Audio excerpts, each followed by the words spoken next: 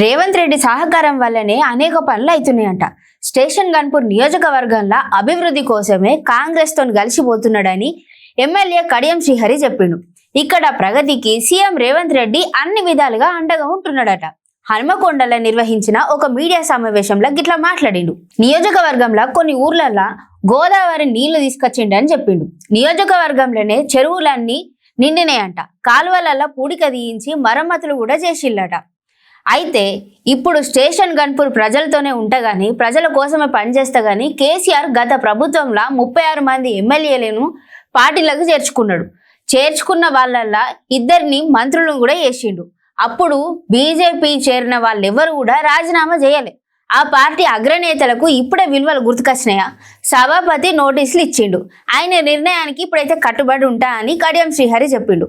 ఇక ఆ ప్రెస్ మీట్లా ఏం మాట్లాడిండో ఓ పార్ మీరైనూరి. రాష్ట్రంలో నూతనంగా ఏర్పడిన కాంగ్రెస్ ప్రభుత్వంతో కలిసి పనిచేయడం ద్వారా నియోజకవర్గాన్ని అభివృద్ధి చేసుకోవచ్చు, ప్రజలకిచ్చిన మాటను నిలబెట్టుకోవచ్చు. గత 15 సంవత్సరాలుగా జరిగిన నష్టాన్ని కొంతైనా మనము రెక్టిఫై చేయడానికి అవకాశం ఉంటుందని ఆలోచించి నేను దాదాపుగా సంవత్సరాల నుండి